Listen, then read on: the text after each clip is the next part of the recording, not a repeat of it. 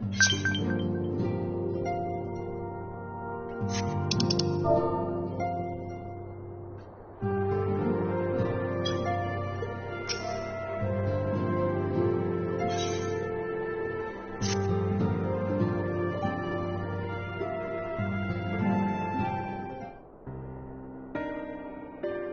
glad you've come, though I'm afraid there's little in the way of good news.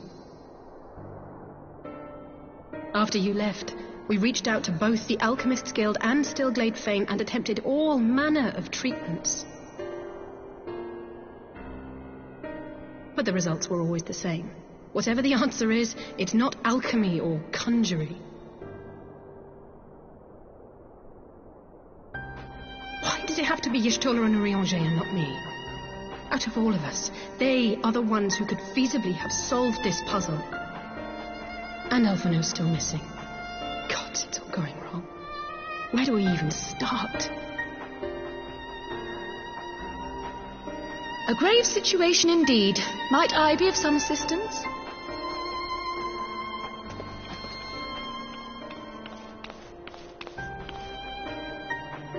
Cryle! I did not think you well enough to travel.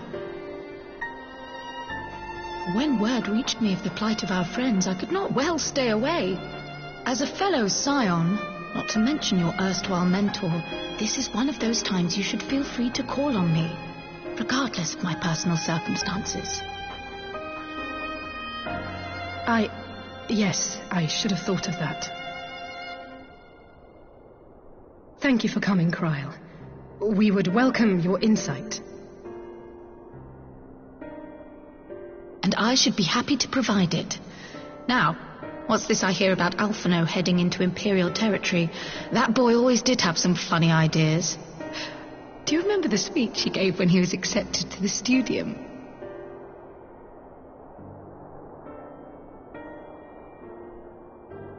My life's goal is naught less than the salvation of this star.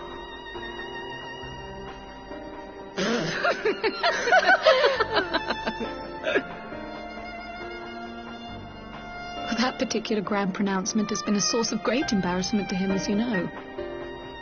But the fact of the matter is, he meant every word and has lived his life accordingly. Yes, he remains altruistic to a fault, but I'm worried he was too fixated on his goals to see the dangers, as has happened before. You needn't be so concerned. Though his values remain the same, Alphino is not the blinkered boy he once was. Slowly but surely his eyes have been opened, thanks to a certain someone. A certain someone whom he'd be mortified to learn had heard about his little speech. Mum's the word, eh?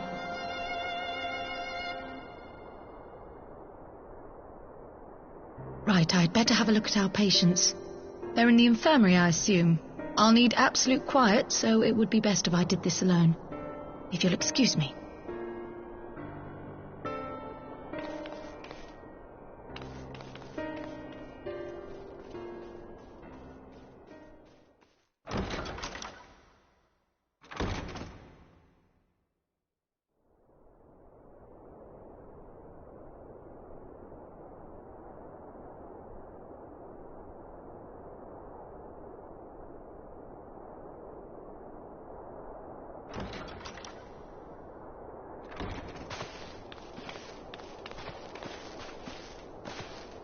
All three are in fine physical health. At a glance, I would say they were merely sound asleep. Except for the fact that I couldn't sense the slightest trace of them in their bodies. It's as if their souls have taken leave of their physical forms. Ah, yes. The elder Seedseer made a similar observation. I've read the report. When you heard this mysterious voice, you described feeling as if you were somewhere else, yes? If we assume the ether which comprises your essence is being drawn to some other place, then it may be possible to follow the trail it leaves behind, just as we did in our search for Thancred. I wasn't around for that, but I can't imagine it was easy. wasn't, but that's no reason not to try. I will have need of Master Matoya's crystal eye if I'm even to make the attempt. So I suggest we pay her a visit.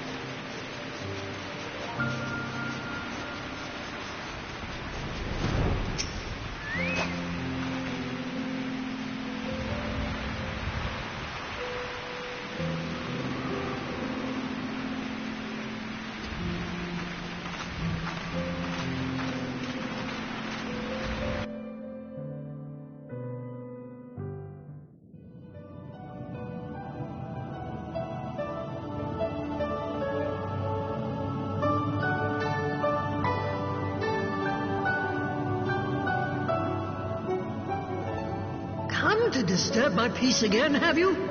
I hide myself away in a cave, and still you people insist on pestering me with your problems.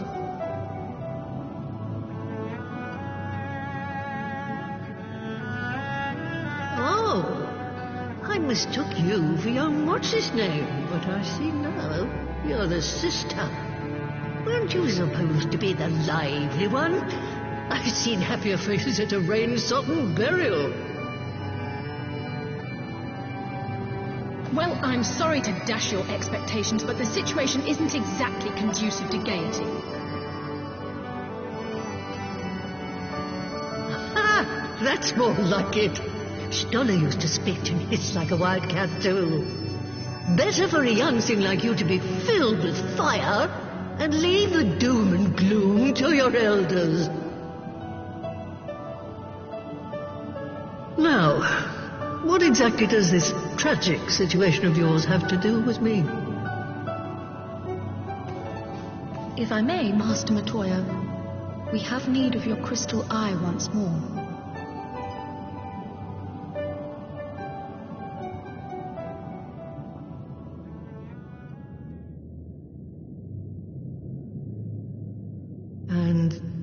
Stola is one of the afflicted, is she? Very well. She may be an ungrateful stray, but she's my ungrateful stray, and I'll not see her buried before I am.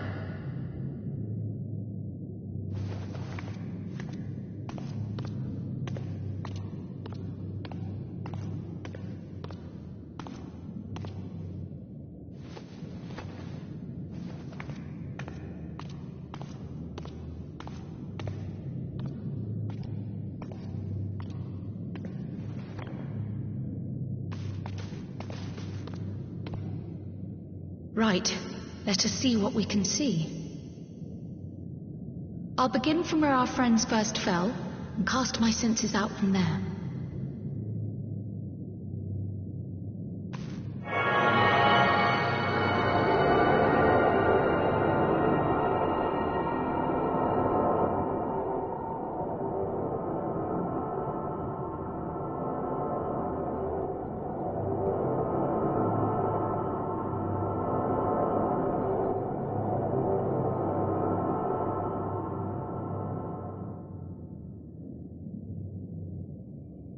What is it? Did you find them? This doesn't make sense. How is it even possible? How is what possible? Kryle, what did you see? The threads, they just ended. And no, I didn't lose track of them. I followed them as far as they went. It's as if they were cut off. Could their ether have dissipated if it had? Oh, gods! Their bodies are just husks. It's like the broodmother's daughter all over again. No, this is different. The Kalyana girl was already dead, body and soul, when Lakshmi effected her resurrection. Aye, let's not jump to conclusions. If their physical forms yet breathe and show no signs of wasting, then it follows that their souls must still be intact somewhere. But where? That's the question, isn't it, girl? Death has not taken them to the ethereal sea, yet there are no tracks left for us to follow.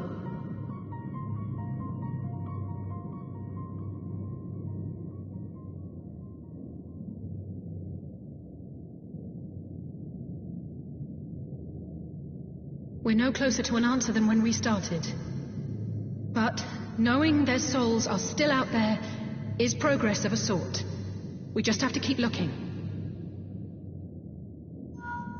Pray, excuse me a moment. Yes? I remember, but...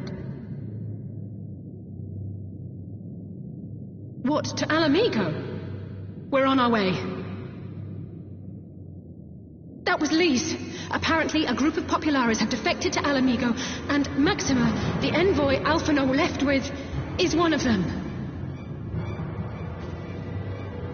I'm sorry. I realize we've barely begun here, but... Go, child, go! You've made up your mind, and life's too short for dithering. I'll do some digging in the meantime and see if there isn't some other method we could use to continue the search. Let's be off then.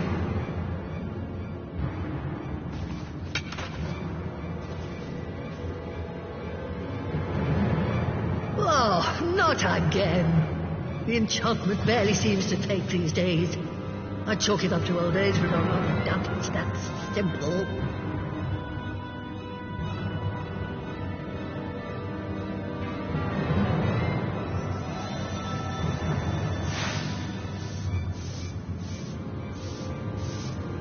Before they took ill, Y'shtola and Urianger were sharing notes on a thinning of the ether. It seems to be happening all over. Does it now? And here I was, all set to blame my woes on that creaking mountain of refuse clogging up the Heliac.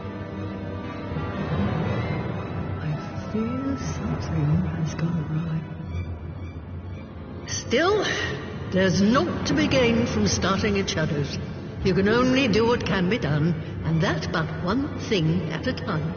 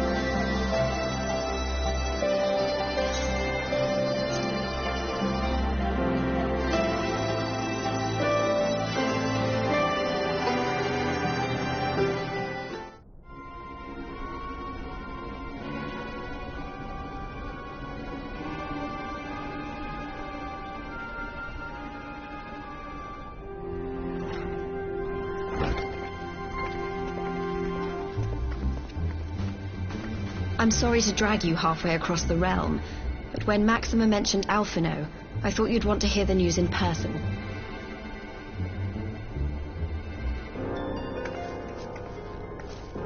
Ah, we meet again. Though I was hoping our reunion would be under more auspicious circumstances. What happened to my brother? Where is Alphino? Never fear, my lady. Your brother was in fine health when I took my leave of him, and I have no reason to assume that has changed. You assume? If you will allow me, I shall endeavour to explain events. Our troubles began not long after we departed Doma. While crossing the burn, we were fired upon by the Emperor's personal guard and forced to make an emergency landing. As we stumbled from the wreckage, our attackers fell upon us again, and we would have perished there and then were it not for the intercession of a third party, a band of mercenaries whose leader claimed to pursue a vendetta against the Ascians. This shadow hunter, as he styled himself, then escorted us out of the wastes to relative safety. Upon arriving back in civilization, I gathered my Populares colleagues and prepared to flee the Empire. Master Alphino, however, declined the invitation to join us, preferring to continue his investigation into the Ascian threat.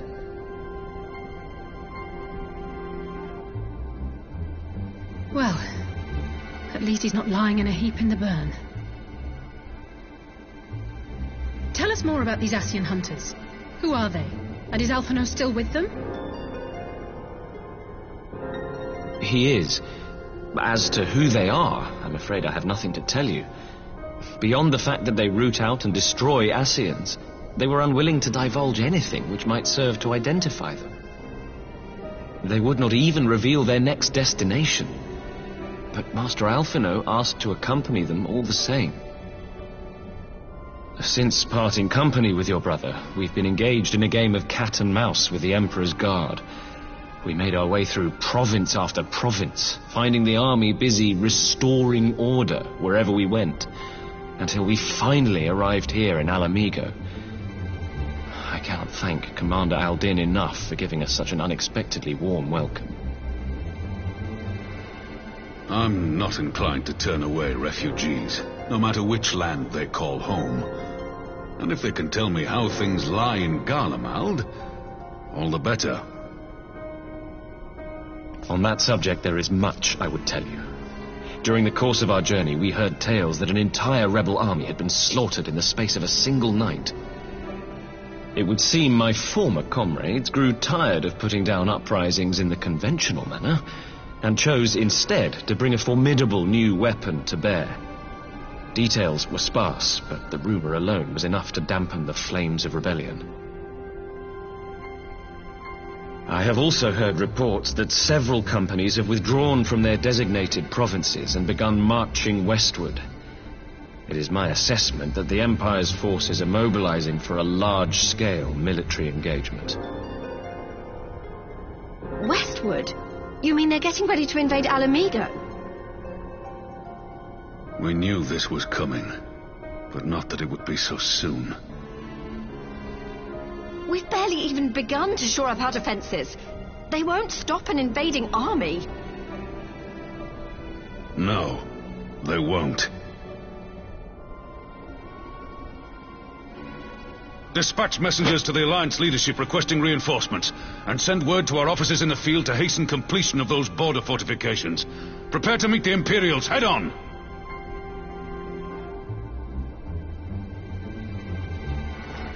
No matter how quickly we act, we still want for time. When the enemy comes into view, our best recourse will be to open negotiations with their commander, and see that the ensuing proceedings take as long as possible. Would you and Alize head to Doma and let Lord Hien know about this? I'm sure he'll want to hear about Alphino too. Consider it done. We'll send word when...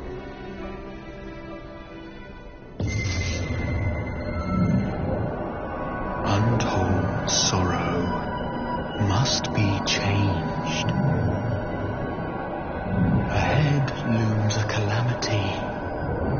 Eon become instant. Throw wide the gates.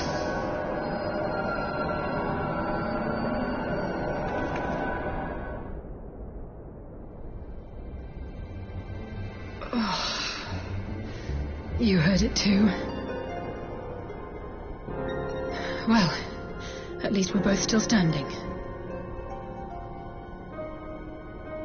Oh, thank the gods. I thought we'd lost you for a moment there. Why does this keep happening? I wish I knew.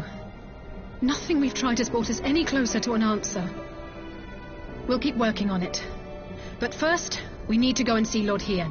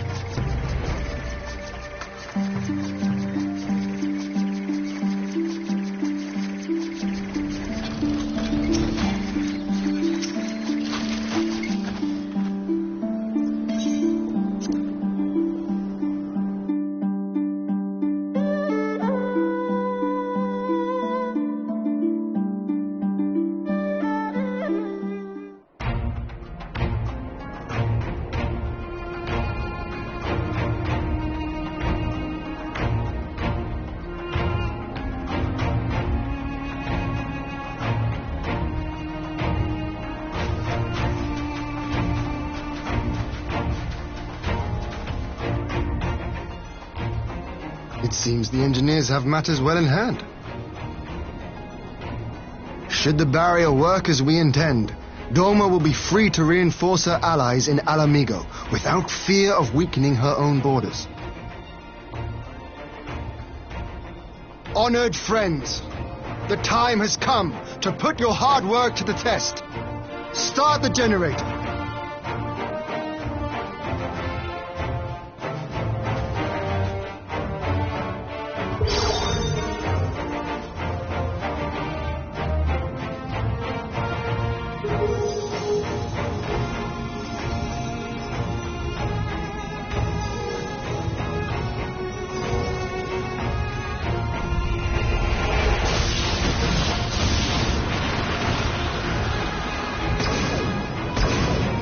Node 1 is operational. Nodes 2 to 8 are reporting similar energy levels. The barrier is forming.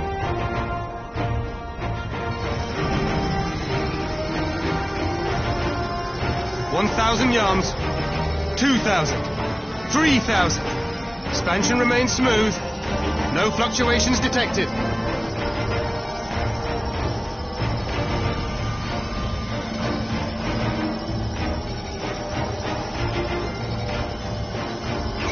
$4,000. 5,000. Target altitude reached. The barrier is holding steady at 5,000 yards. We've done it.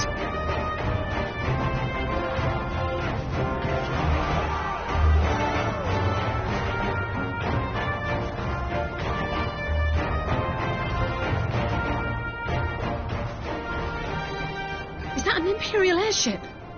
Of all the rotten timing. But this is a gift, Mistress Alize. They can test our new wall for us.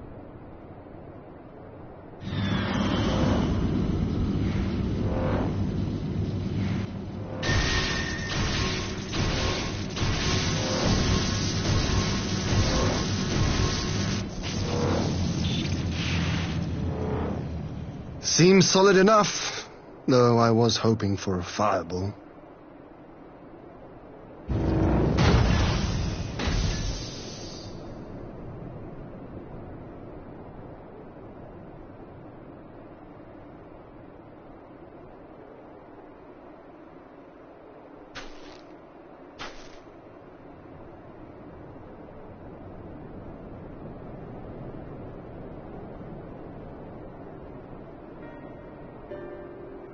By the gods, it's Alphino. What are you? Let me go! He has my brother! Lower the barrier!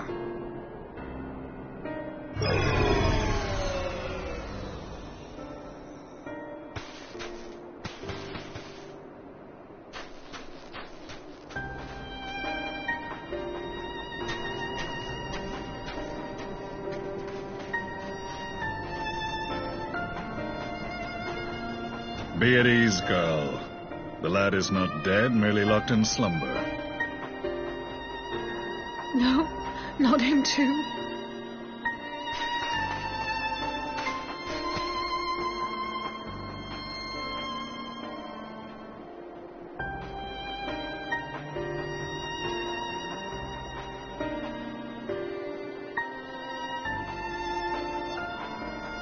We could identify no cause and found no remedy.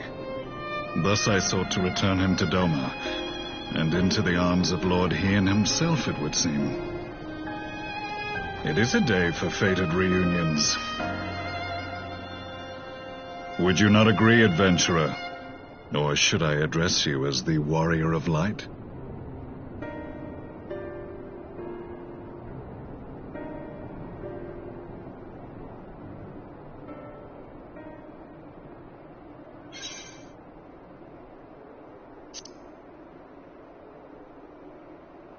I, Gaius van Baelsar, the Black Wolf. That was the title I was given, one I have long since relinquished.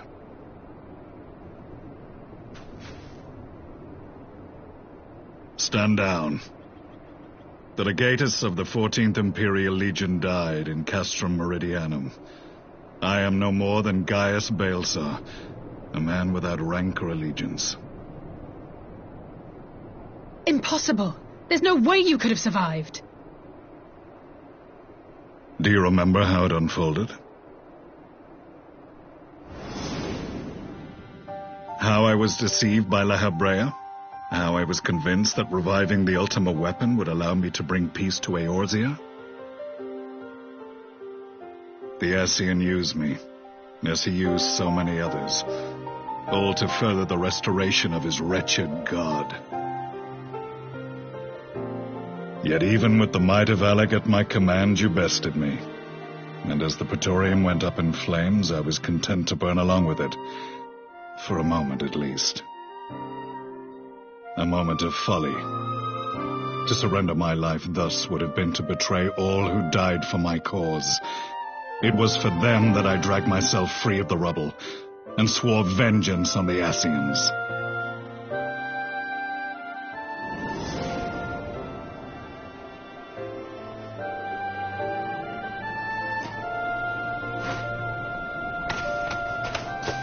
The Black Wolf has shed his pelt, never to return to Garlemald or her legions. I live now only to exact revenge.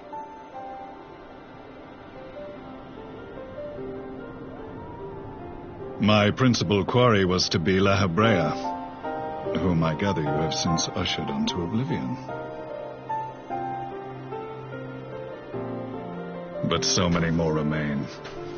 Long as their kind lurked in the shadows, laboring to sow chaos throughout our world, I would see each and every one dragged into the light and put to the sword.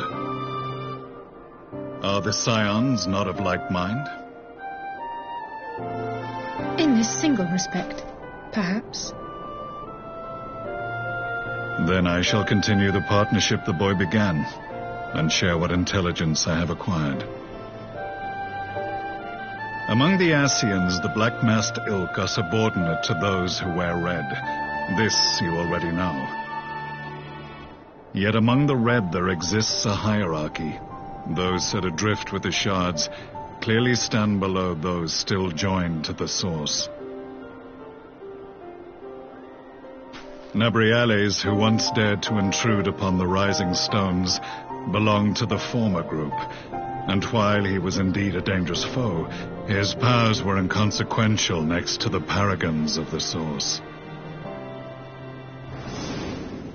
The first was La Habrea, who plagues us no more. There is also the white-robed Elidibus, and the elusive Emmet Selk, about whom little is known. We have files on La Habrea and Elidibus, but I believe this Emmet Selk is new to us? As I assume my brother told you, we have evidence to suggest that an Ascian now walks in the body of the Crown Prince. Have you identified this interloper? Elidibus seems the most likely culprit. As emissary, it is his role to maintain the equilibrium between darkness and light. Your many deeds in Hydaelyn's name have upset the balance, and I believe he seeks to restore it by throwing his considerable power behind the Empire. As a leader of the Ascians, he is one of our primary targets. It was on the trail of this very prey that the boy and I came across the scene of a failed uprising. In the absence of a single Garlean casualty, we inspected the bodies of the rebels, and the lack of any external injury drew my immediate attention. They had been slain by Black Rose, an alchemical invention of the Imperial Army. When I yet served as legatus, I ordered its production halted, and all stockpiles destroyed.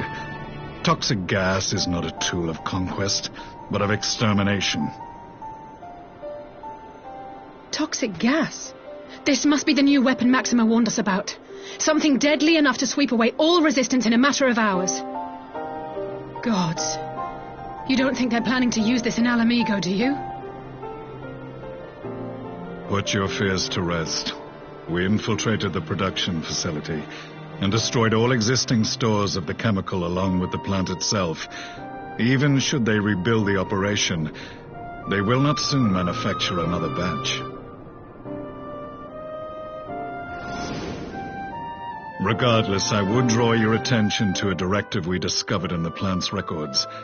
The document was marked with a recent date and authorized with the signature of one Zeno Galvas.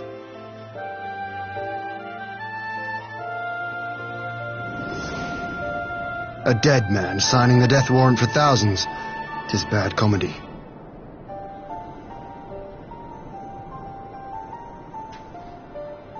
But the tale does not end there. Within that same facility was a chamber filled with devices of elegant design. Cloning technology, we realized. And what should we find in each and every incubator? But a young Emperor Solus.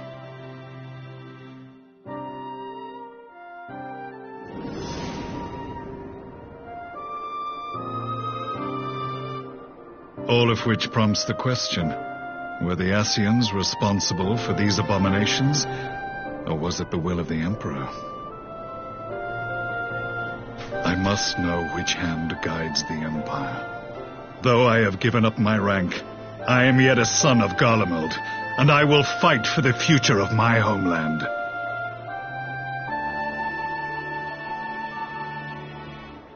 It is time I return to the hunting of shadows. We should focus on our common foe. To reopen old quarrels now would serve no purpose. You saved my brother's life, so I'm willing to let sleeping dogs lie. But in truth, it's not my decision to make.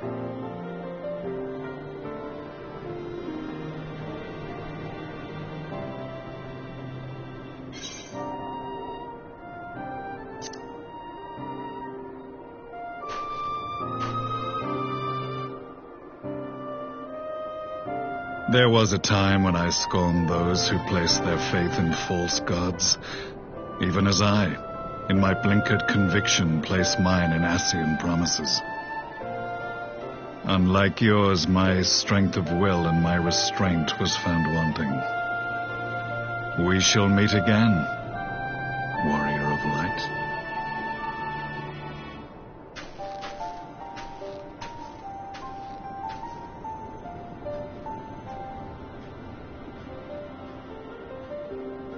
So that was the infamous Black Wolf. An unexpected ally, to say the least.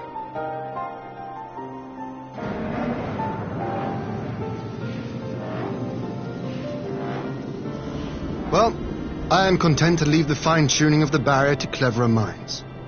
Let us bid our friends from the ironworks farewell, and see what can be done for Alphino back in Dorma.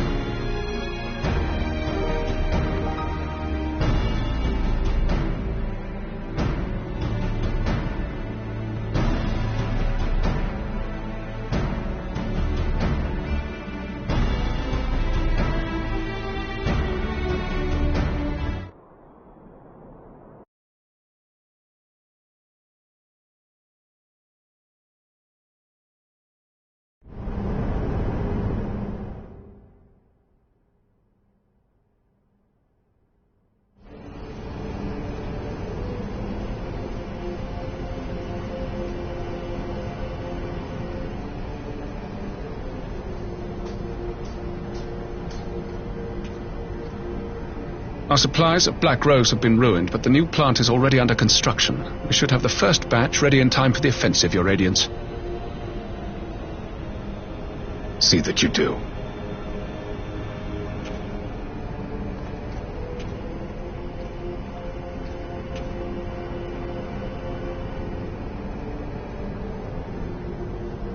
Ah, yes, the infamous Black Rose. If I recall correctly, Gaius did not much care for the invention.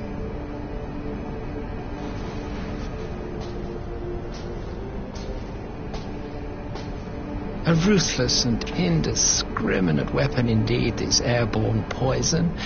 It seems you are capable of making decisions worthy of your bloodline. With no gift for sorcery, we Garleans must look to Magitech to even the odds. If it spares the needless deaths of our soldiers and serves the cause of this empire, there is no method I would not employ. How very noble of you. Truly, though, I must commend you for embracing your role as Emperor. You play the part of the determined ruler well. Sometimes even I catch myself believing.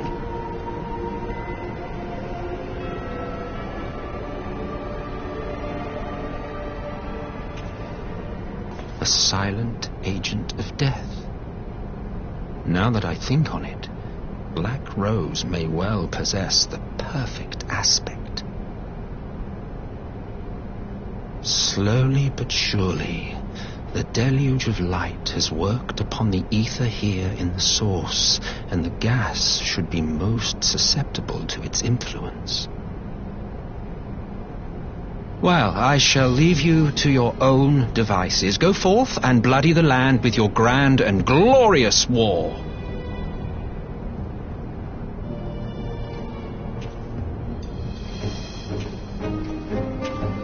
While you do what, precisely?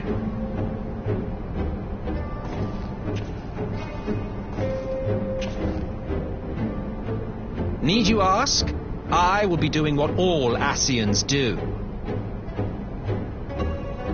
I am well aware that your kind exists only to usher in the next calamity. But you seem oblivious to the harm your singular agenda causes to the Empire.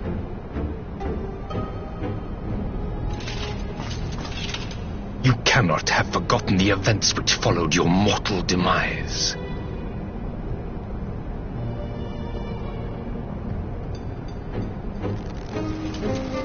Our homeland was plunged into civil war for your failure to name a successor. The edifice you so carefully constructed was but a hair's breadth from collapse.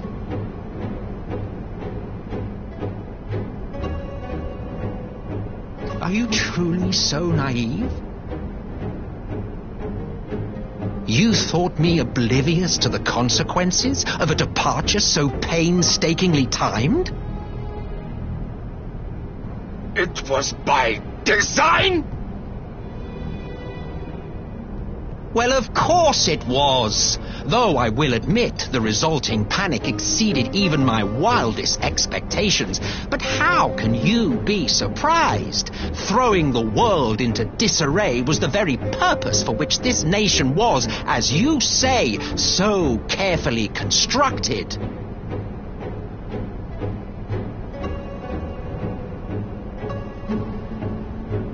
Now, if you have no further questions, I must be on my way.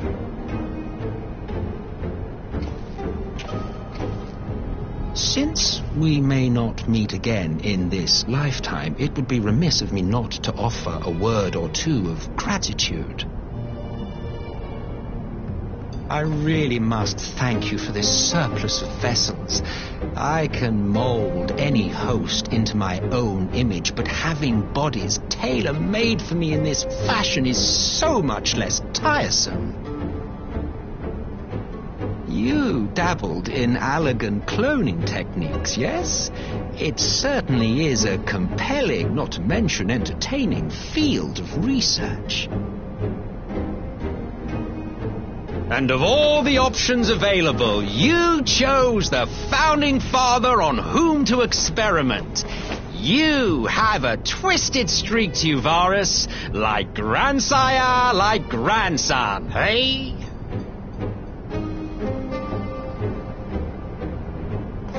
If events play out as planned, this will become something of a family enterprise. You will be the capstone of this world, I the anchor and shard, and together we will give the lie to this star's fraudulent existence.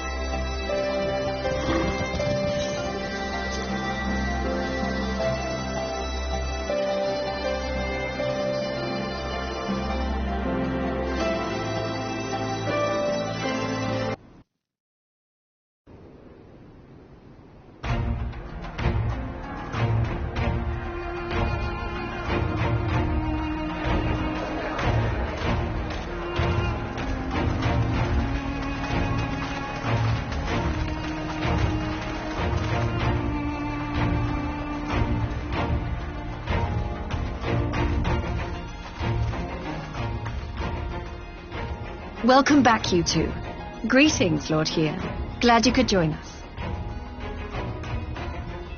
Glad to be here. I would have come sooner, while our own defense is not in question, but I am pleased to report that our soldiers are assembling for deployment to Alamigo as we speak. We're grateful for your support. Thanks to the efforts of our allies, it won't be long before we've established defensive positions on this front as well.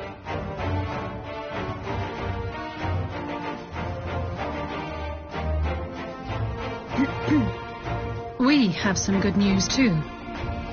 Alphino has come back to us. As for the bad news...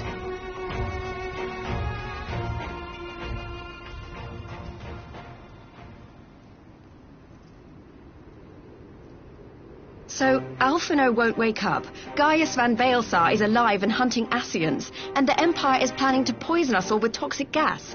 Does that sound about right? Ordinarily, any one of those things would have left me in shock.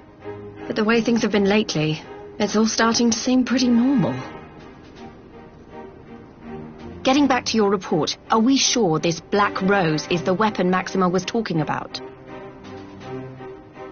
It fits the description.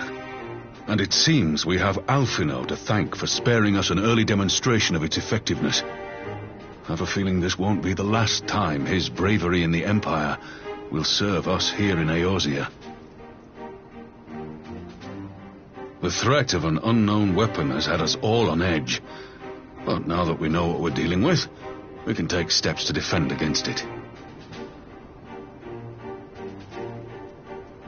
As for Gaius, I'm not sure what to think. Am I happy he's alive? Not in the slightest. Am I happy he's hunting Ascians? Aye, I'd have to say I am. So, speaking of Garleans you didn't expect to see, we have a tale of our own, as it happens. When we sent envoys to the Imperial Army to request talks, they returned with the message that Varys Zos Galvus would be attending.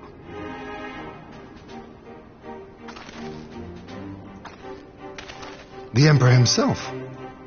Well, Varys did sanction the Popularis peace mission. But knowing that an Ascian walks in his son's skin, I do not see how we can trust him or anyone from that nest of vipers. The Alliance would proceed with negotiations regardless, if only to give ourselves more time to prepare. We do, however, require your cooperation.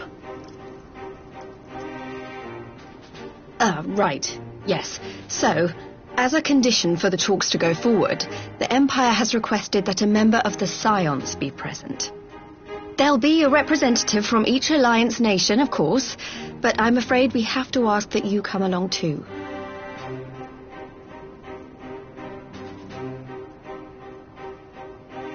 God, Lise, you know how much I hate politics. But then, what choice do I have?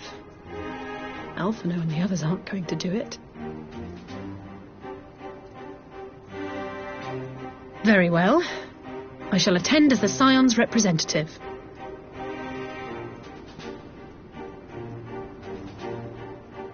In case you're wondering why I didn't ask you, the Empire also requested the presence of Eorzea's champion.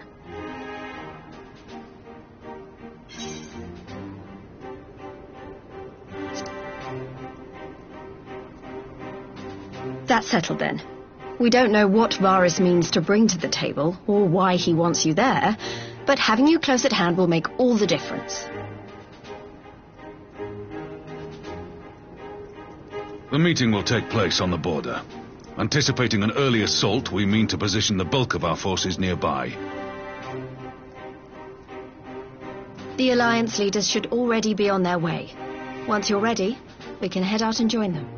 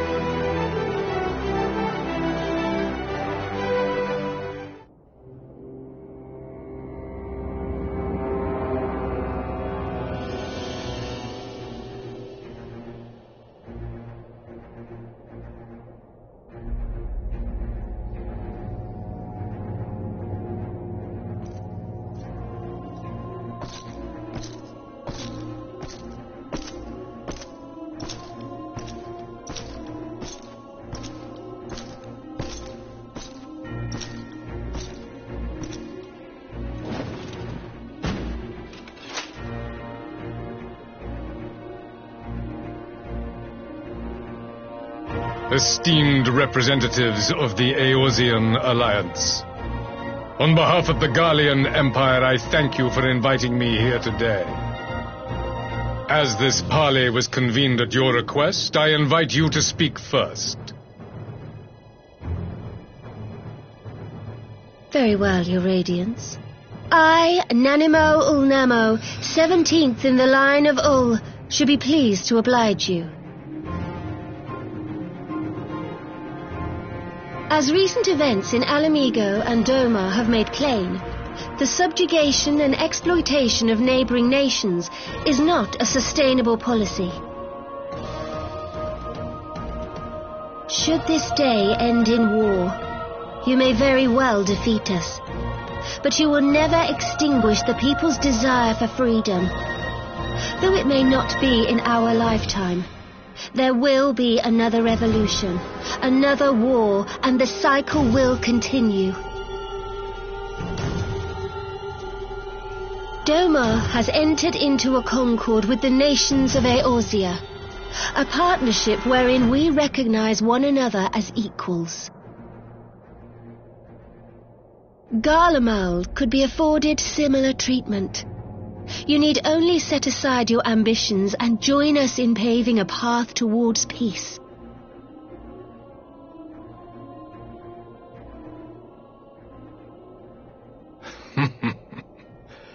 You will not win me over with sophistry, Your Grace.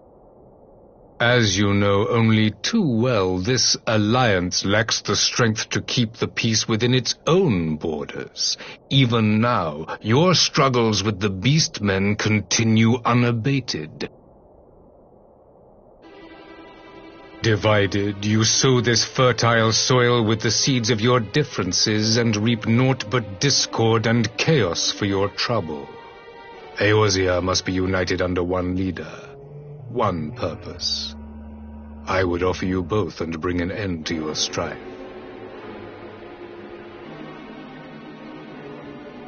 With all due respect, Your Radiance, the only thing that you offered the people of Alamigo was fear and hopelessness. The citizens of Dorma can also attest to the meager arms of Imperial rule. There is no purpose to be found in a life of oppression, each day more uncertain than the last. Our people are willing to die for their freedom. A great many already have, and countless more will, if we don't put an end to this madness here and now.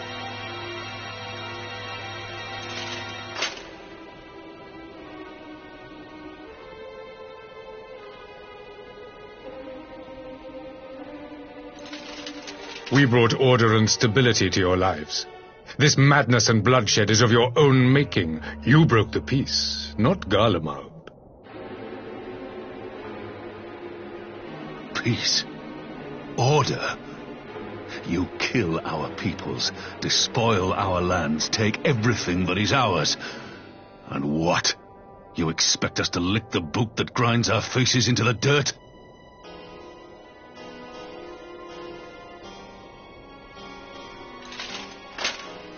I expect you to weigh the costs. To recognize that countless lives have been lost on both sides in pursuit of a greater good, and to not squander all we have achieved in a fit of petulance.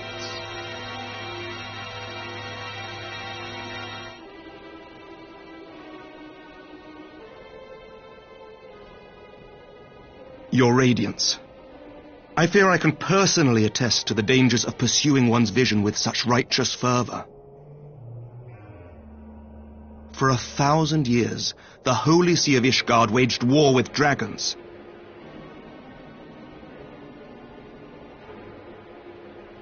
A 1,000 years of sacrifice, of sorrow and hate, in which we bathed in the blood of friend and foe alike. Had it gone on any longer, we may well have drowned. Yet we have chosen to raise ourselves out of this bloody spiral, and have since made peace with our former enemy. So I understand. No doubt the dragons were more receptive to your overtures in the wake of their leader's demise.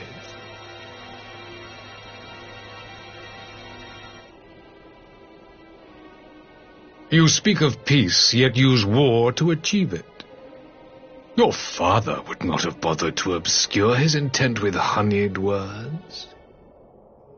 He understood that strength is all that matters in the end.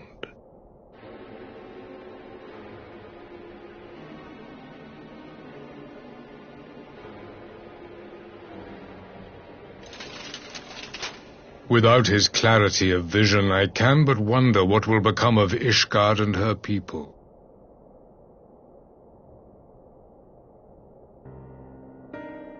There was a time when Garlemald, too, lacked a leader of conviction. Weak and unable to wield magic, we were at the mercy of the strong, from whom we sought refuge in the bitter cold of the north.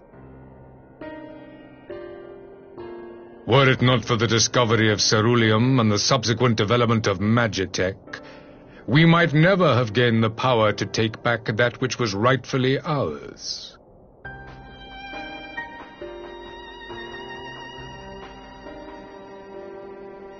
You speak as if your people were the first to have been driven from their homes. Limsa Lominsa was built by wayward souls in search of a place to call their own. On the shores of Vilbrand we found it, and from those humble beginnings did we grow and flourish, and all without robbing our neighbours of their liberty.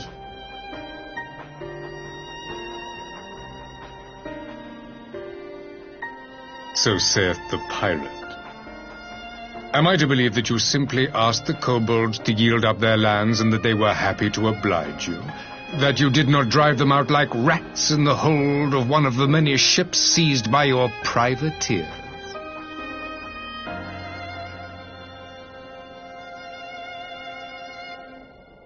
I will concede that after centuries of exile, reclamation may be mistaken for invasion. Nevertheless, it is not. And those who till stolen soil have no right to object when cast out in turn.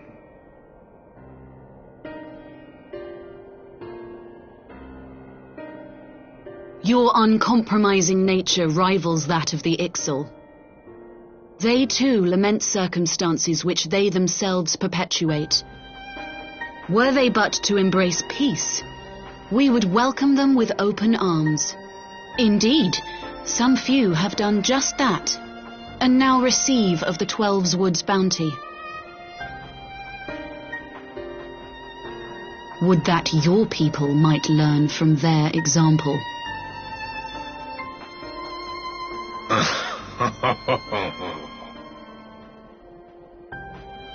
You dare compare us to the Birdmen? You who thought to invoke the 12 and threaten all of creation?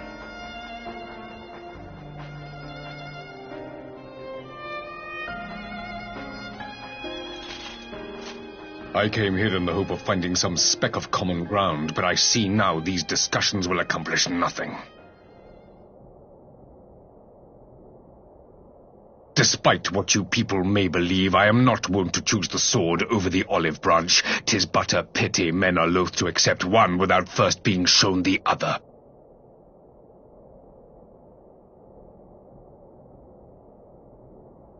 Wait, I beg you. This meeting was supposed to be a chance to find a way forward together, not to bemoan the missteps which brought us here. Please. If you truly consider violence a last resort, there must be a way we can come to an agreement.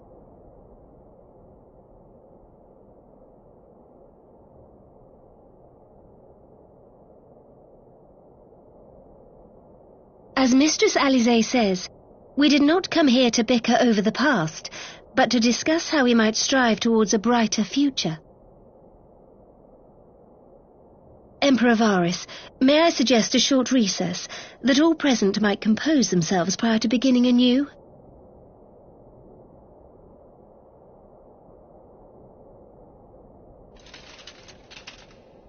Very well. I pray this intermission will suffice to move these talks in a more constructive direction.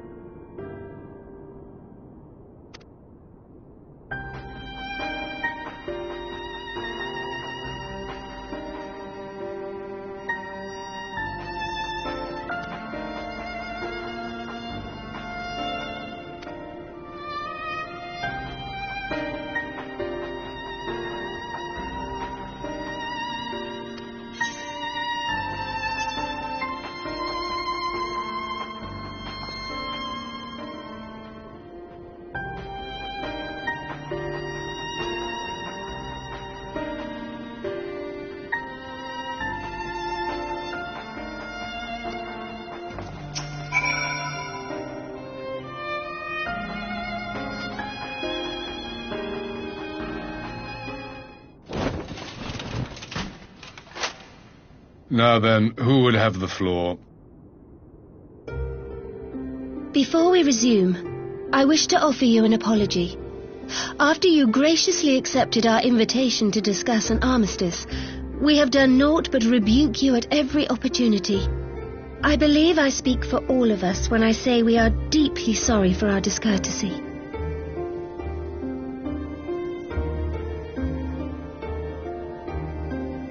I'll admit your familiarity with our affairs surprised me, and served to remind me how little I know of yours.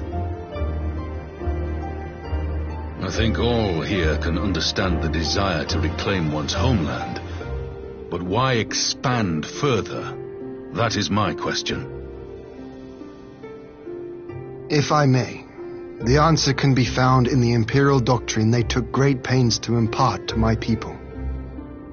Recognizing the threat icons pose to the world, Solus Zos Galvus decreed that they were to be eradicated. To this end, he began a campaign to unite all lands under the Garlean banner. Or so we were taught. Yet the Emperor only reached the burn, the barren said to have been laid waste by icons, after conquering all the lands that lay between. What is more, I am quite certain the practice of summoning was not nearly so widespread in the days before the Empire's founding. When you put it like that, it all starts to sound like an excuse, doesn't it? But to distract from what? Why are you really waging this war?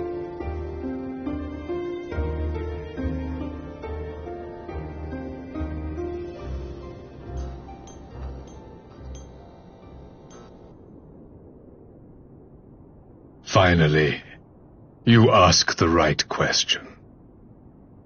I can but hope you heed mine answer and at last accept the righteousness of our cause. My goal is this: to return the world to the way it once was, the way it was always meant to be. In doing so, mankind will be made whole once more.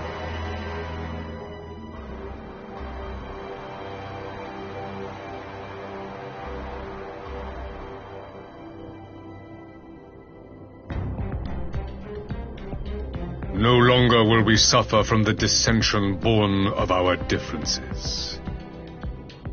There will be but one race, a perfect race, as we were when time began. What in Rhalga's name are you talking about? I am talking about the origins of this star, of the source and its 13 reflections. At the instant of the great sundering, 'twas not only the world that was shattered, but mankind itself. Thus were we divided into myriad races, each with its own unique imperfections. That is why man looks upon his neighbor and feels fear and hatred, why he wages war, why he kills his brother. You all in your own way have proven as much today. The peace you seek is but a fleeting solution to a fundamental problem. One which calls for more drastic measures. To bring about everlasting peace, our worlds must be rejoined.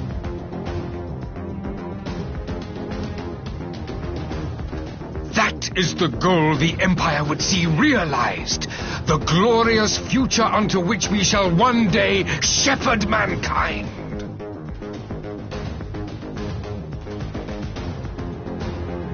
A rejoining of worlds. I have heard this tale of the source and its reflections before. Are these not the selfsame desires as the Ascians? Emperor Varys, do not trust in their words. They will lead you to your doom. My father thought to use them, but in the end he succumbed to their temptations. He embraced summoning like so many other pawns before him. Do not tell us you mean to do the same.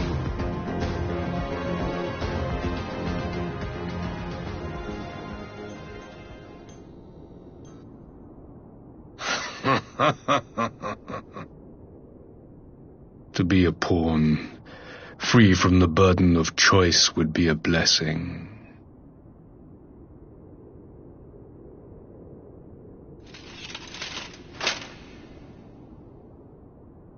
But I forswore that privilege the day I learned that the Gallian Empire was built by the hand of an Ascian. What?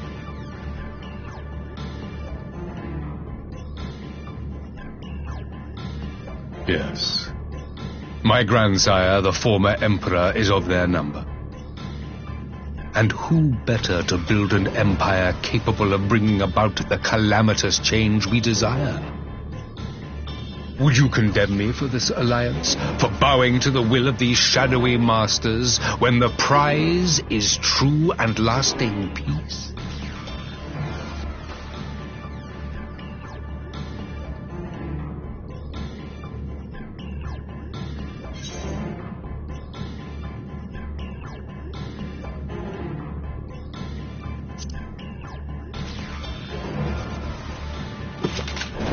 I come not to conquer, but to liberate.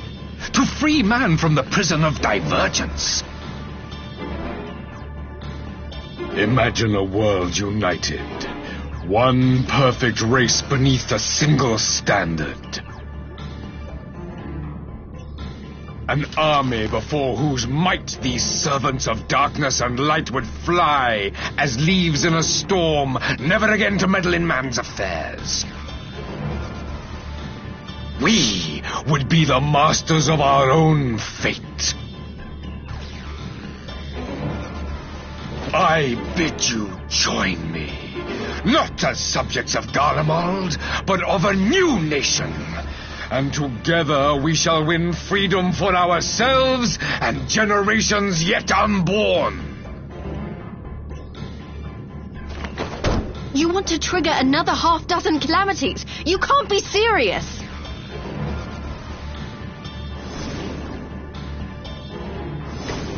Have you forgotten how many died? There will be no one left. Do you truly imagine we would aid you in your bloodletting?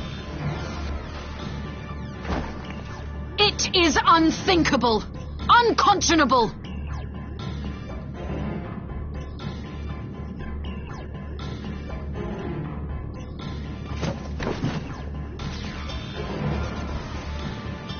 And what is the alternative? To be as cattle waiting for slaughter? I would have us work together, that we might take fate into our own hands.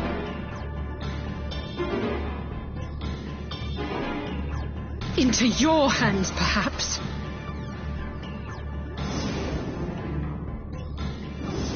But what of the other worlds, your radiance? With every calamity, you obliterate a star and every soul that dwells on it. To the Ascians, we are all but tiny, momentary specks within an indifferent universe. We cannot hope to oppose them until we have been made whole once more.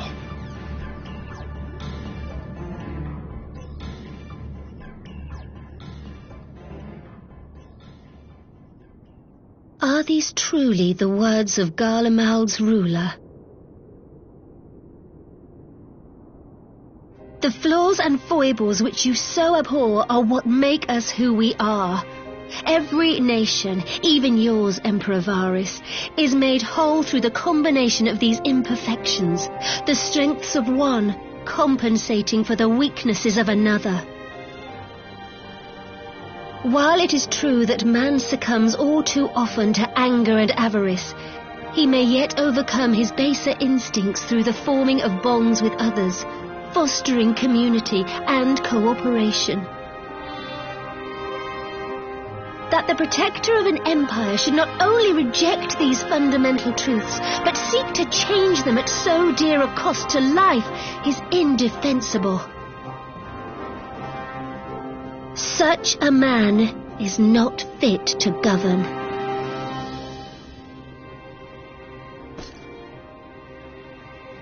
And you, warrior of light, would you refuse me as well?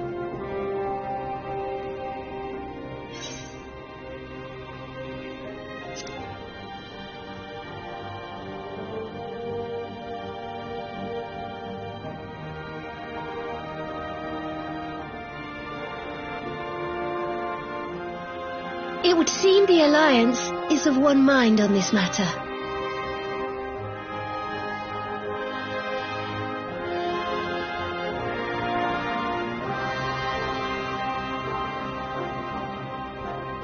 You Eorzeans never cease to disappoint me. Though I suppose I have only myself to blame for expecting more from savages. This discussion is at an end. I bid you make ready for our next meeting. It will not be at the negotiating table.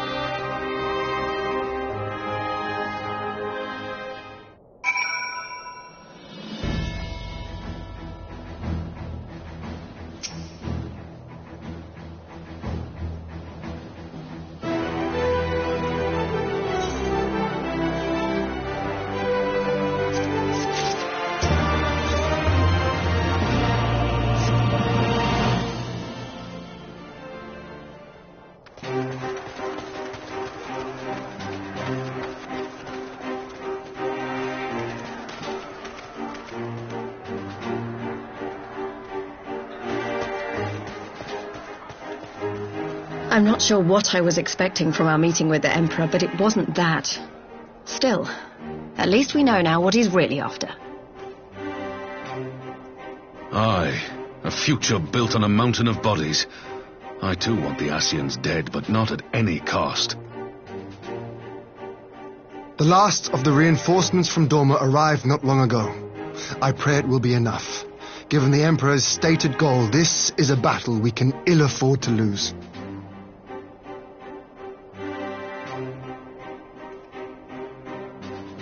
If the Gallians come in force, we may not have much say in the matter, even with our combined strength. We knew from the first that the odds would be against us. But if there is even the slightest chance of victory, we must do everything in our power to seize it.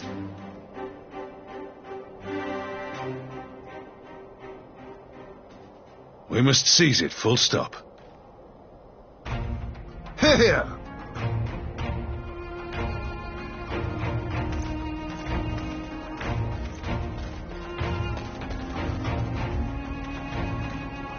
The two of you are to join an irregular unit and support the main host. I won't bother asking if you're minded to fight. After coming this far, how could I not? And for once, there's no one around to countermand me. Not that they would. Not even my brother. But we all know who really make the difference. Ready to frighten some Garleans?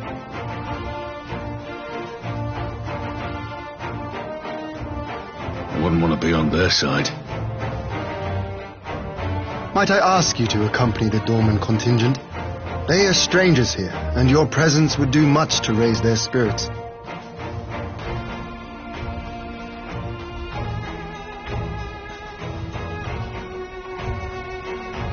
We would be honored. When our people stride out with you in their midst, I dare say the Eorzeans will feel an ilm taller themselves. High spirits have a way of spreading.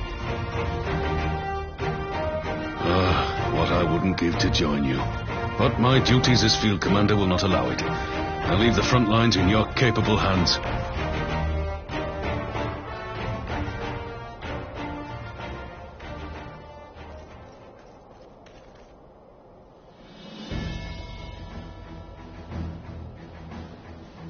Comrades, ready your arms.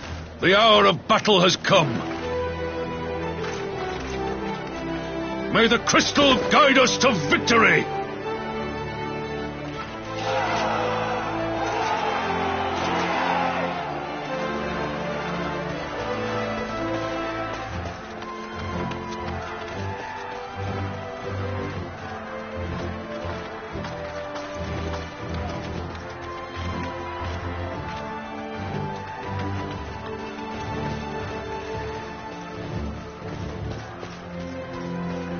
Since the others couldn't be here, we'll have to fight twice as hard. If Alphino wakes to find the Imperials have won, I shall never hear the end of it. It's strange. I thought I would be terrified when the fighting started. I should be terrified. But with you at our side, I can't help feeling everything is going to be all right. So please, don't you dare leave me alone.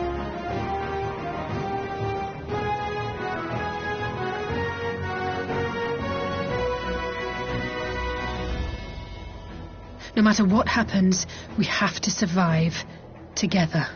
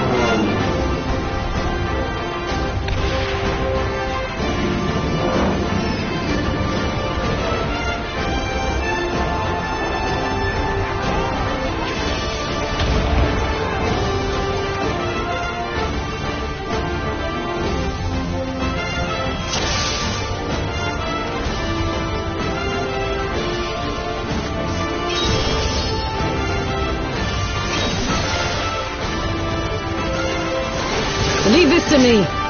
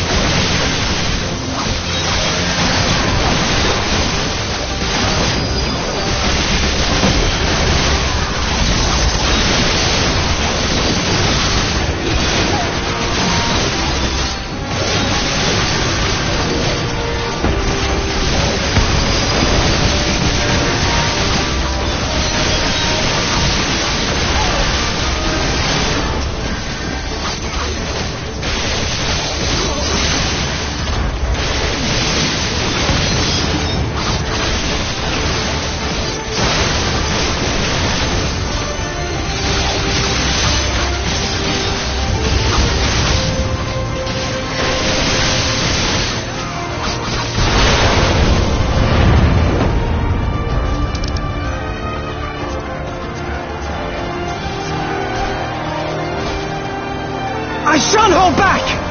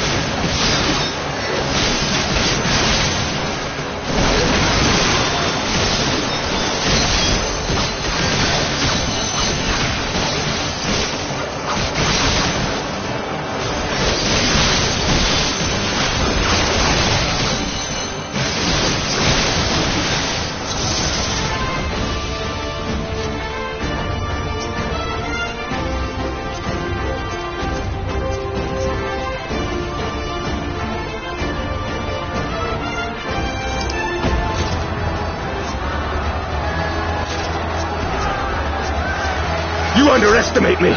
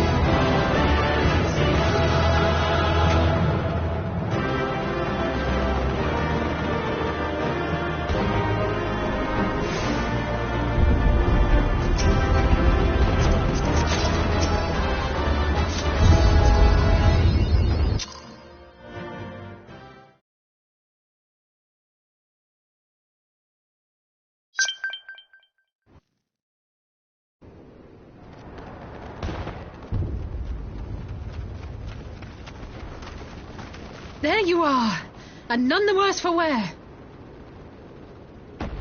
Indeed. I had hoped we might do more to help, but there seems to be no one left to fight. A tactical withdrawal, perhaps? We should give chase. Finish them off while we have the chance. Imagine the other surprise when they wake to find the war already won.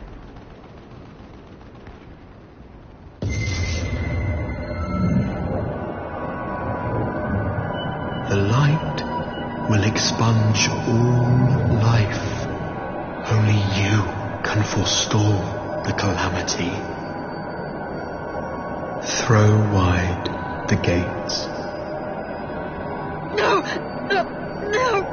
Not like...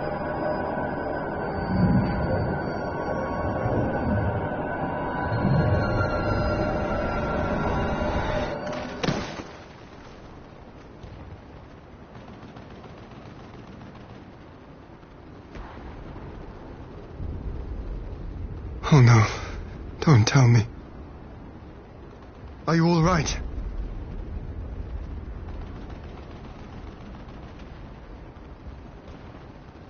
Quickly!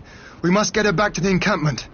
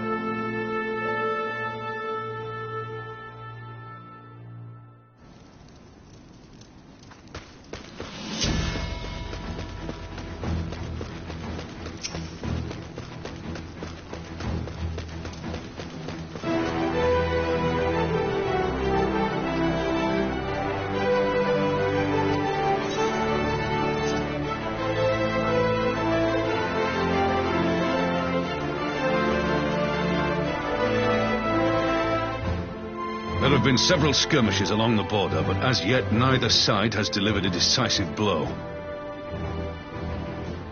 We had long assumed that the Garleans would overwhelm us in a straight fight, but we seem to be gaining ground, albeit slowly.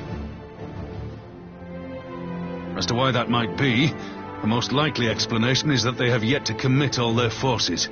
Still, we're winning, and our latest intelligence suggests the Emperor has retreated back to Garlemald. In light of this, we're considering launching an offensive with the aim of pushing the front line forward and giving ourselves some room to breathe.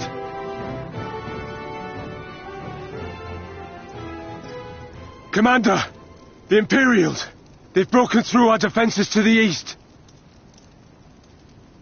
What? Our scouts say their forces are being led by Lord Xenos.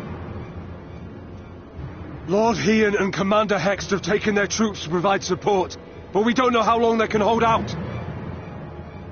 So, they've been biding their time, waiting for his arrival, have they? Very well. Send word to our allies, requesting reinforcements for the front line.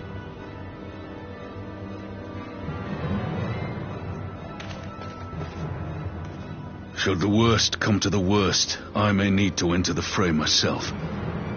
But what of you? Do you still have the strength to fight?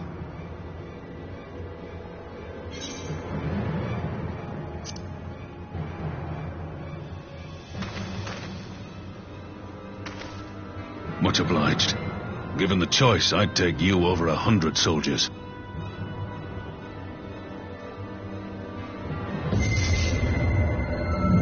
Why won't they open? Please, I bid you open!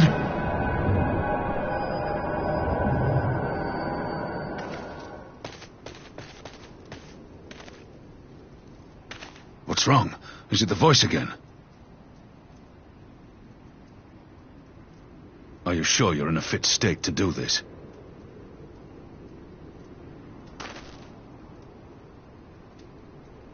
May Ralga grant us strength. Give 'em hell, lad. I, for my part, will defend this place to my dying breath.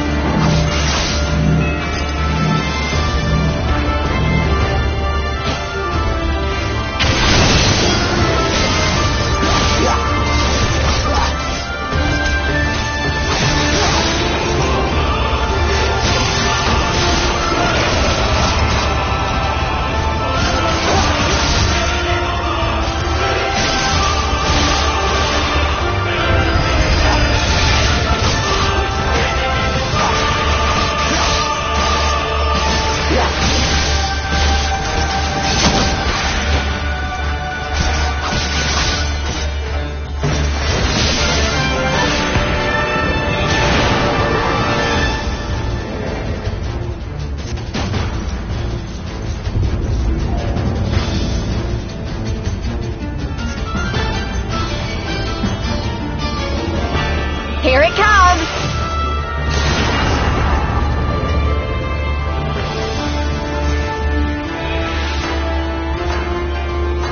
The weave of a shinobi's power.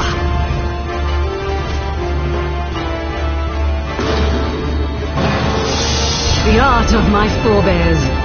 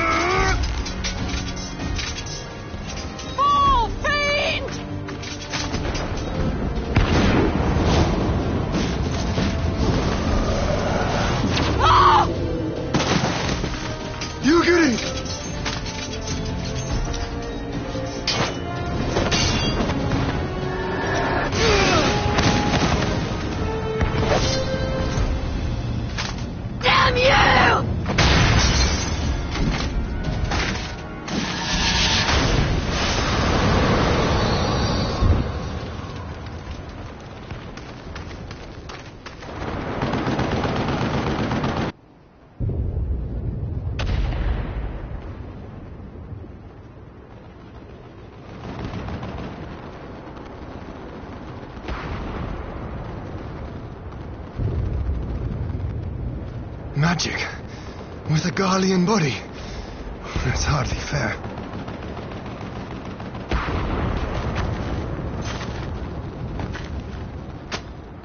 Still, he must be stopped, no matter the cost.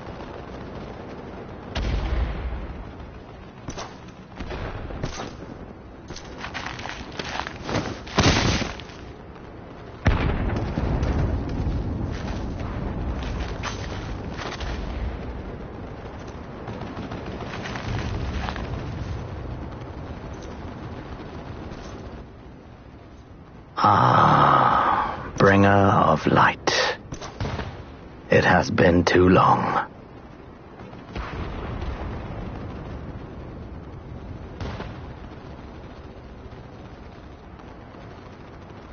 No words to mark our reunion? So be it. Equilibrium must be restored, and only your death will redress the balance.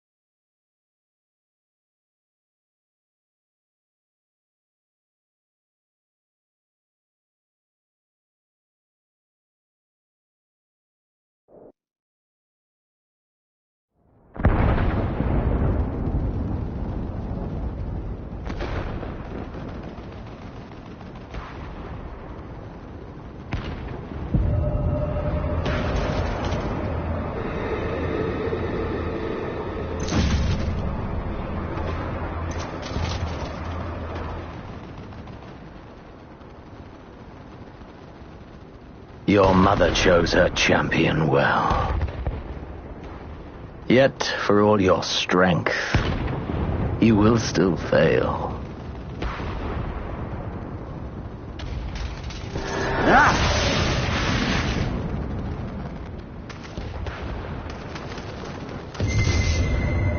Please, I beseech you.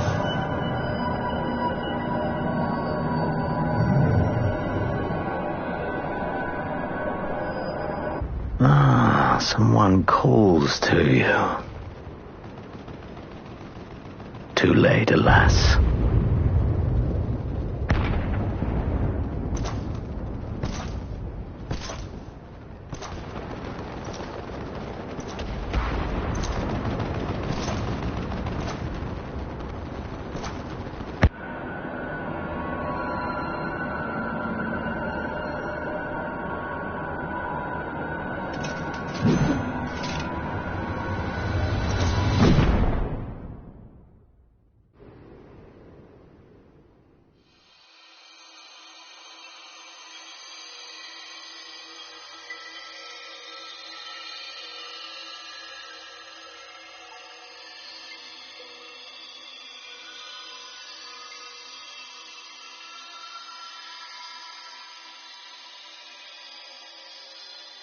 At last, I found you.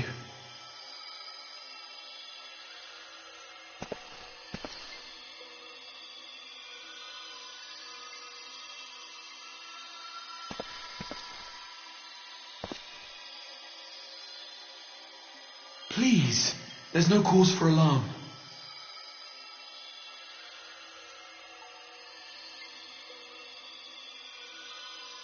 Though, I confess, this is not where I had intended to meet.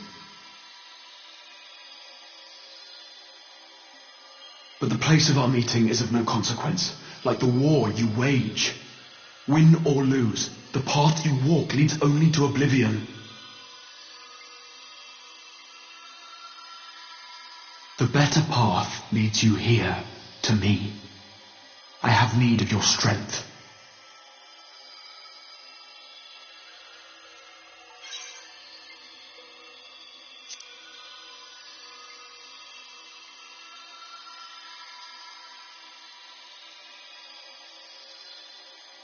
I'm afraid such questions will have to wait. We have precious little time, and your work is not yet done.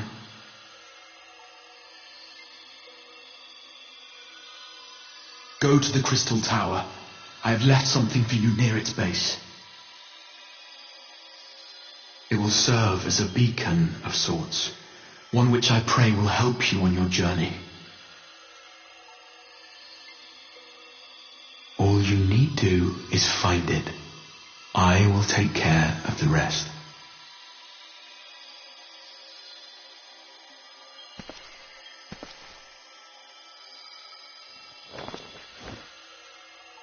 Soon we will throw wide the gates,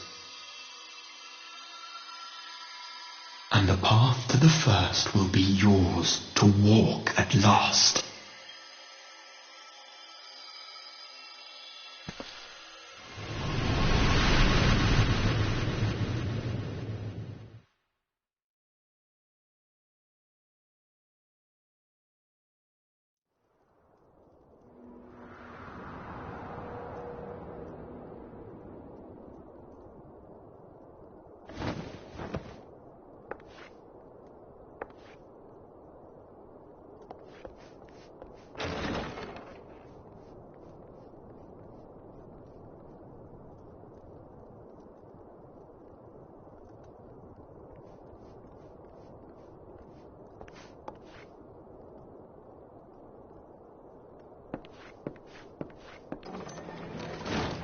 You're awake.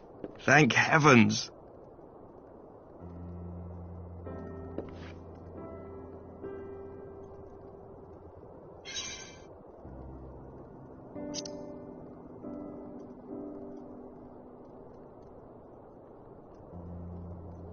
Do you recall the confrontation with Xenos? You were the first to come to the aid of Mistress Lys and the others on the front line.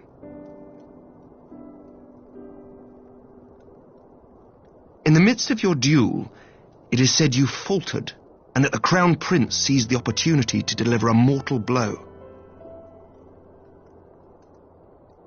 Yet before his blade could find its mark, he was distracted by the arrival of a second adversary who bore you away from the battlefield and into the hands of our chirurgeons.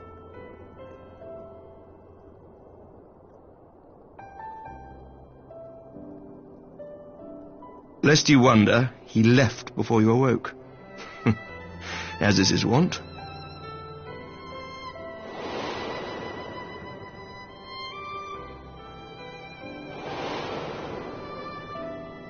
Estinian never was one for emotional farewells.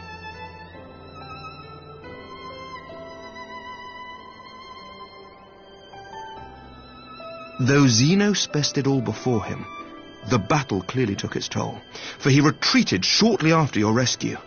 Seeing this, the remaining Imperial forces decided discretion was the better part of valor and pulled back, allowing us to re-establish our position. We have since received word of renewed unrest in the provinces, doubtless inspired by the efforts of the Eorzean Alliance and our Far Eastern allies. Nor does the good news end there. We have also come into possession of intelligence suggesting unrest within the Imperial Court. This would certainly explain why both the Emperor and Lord Xenos appear to have abandoned the fight. A long-awaited ray of hope in these dark times.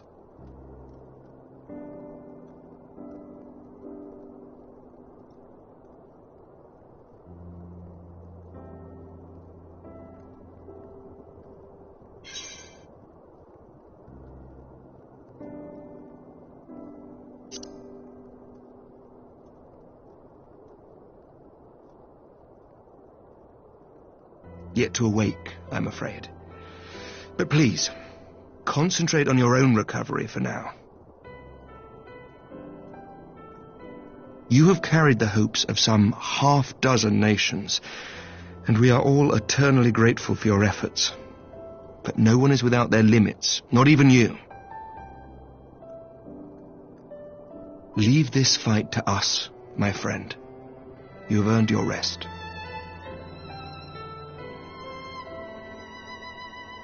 But before I forget, I was asked to deliver a message as soon as you awoke. A reminder that you are not alone, though many of your allies have fallen.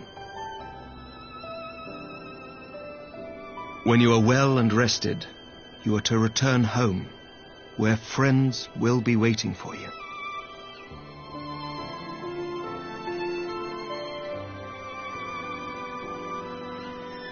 Now, if you will excuse me, I must return to the front. May we meet again soon, under happier circumstances.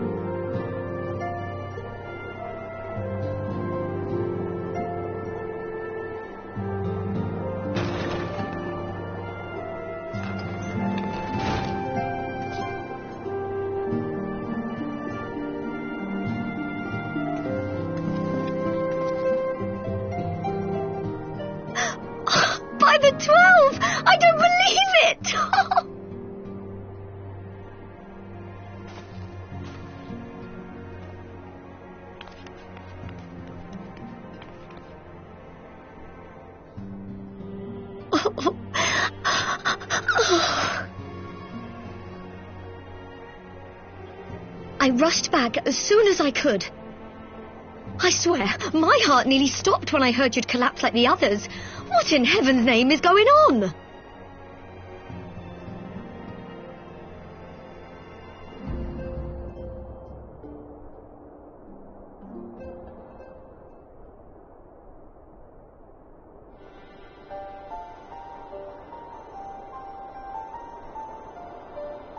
Win or lose, the path you walk leads only to oblivion. Oh, well, that's helpful. And what else did he say? The better path leads to him?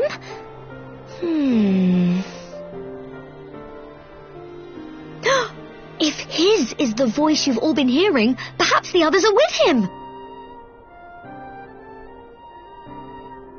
Sir Emmerich said the fighting had reached a stalemate, didn't he? But if that monster masquerading as Xenos comes back... Thancred, Y'shtola, Urianger, Alphino, Alize. You're going to need all of them on your side to defeat him.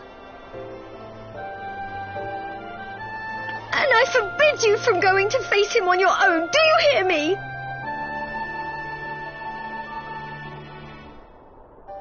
So if you must leave, go and find the others. Bring them home.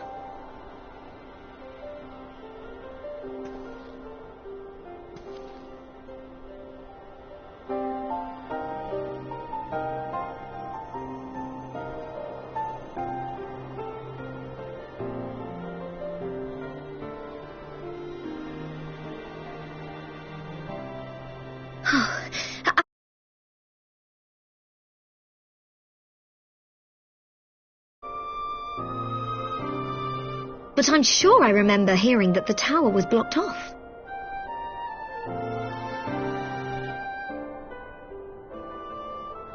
There has to be a way.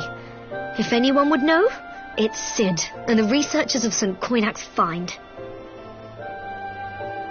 Don't you worry, we'll find that beacon for you.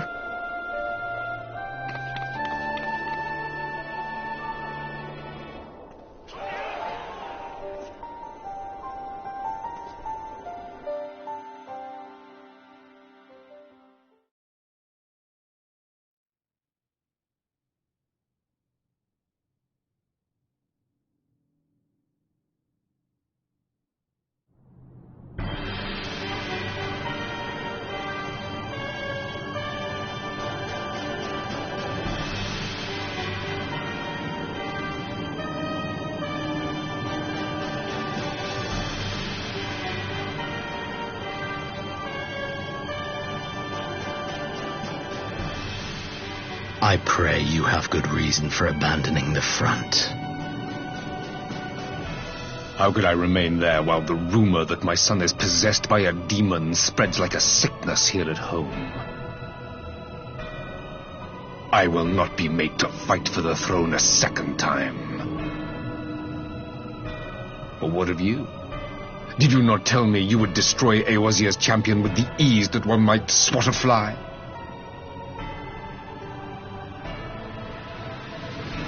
A minor setback.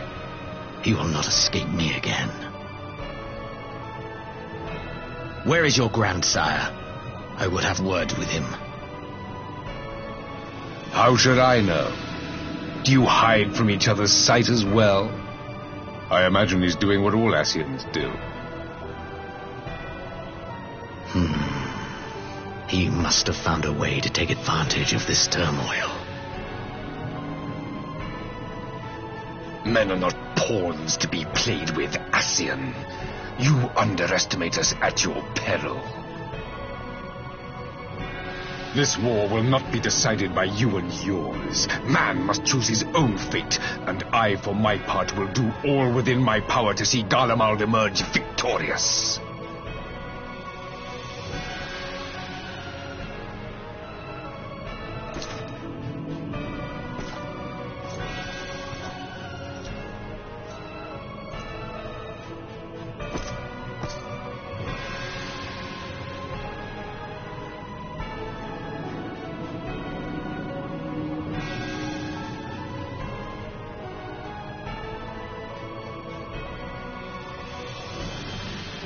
pray forgive the intrusion, Your Radiance, but the requested preparations are now complete. We stand ready to begin production of Black Rose upon your order.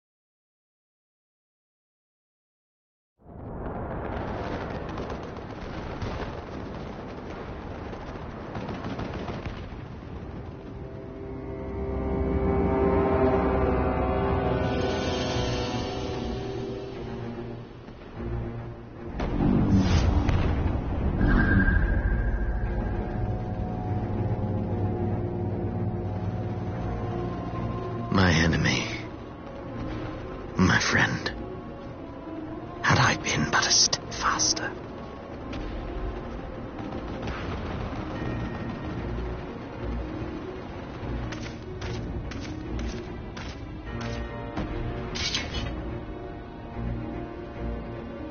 Bloody savages!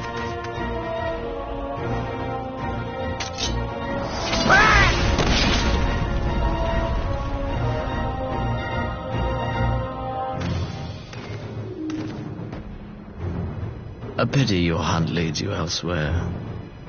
Not that I am surprised. May you find joy in it. Grow stronger, more savage, and savor every triumph.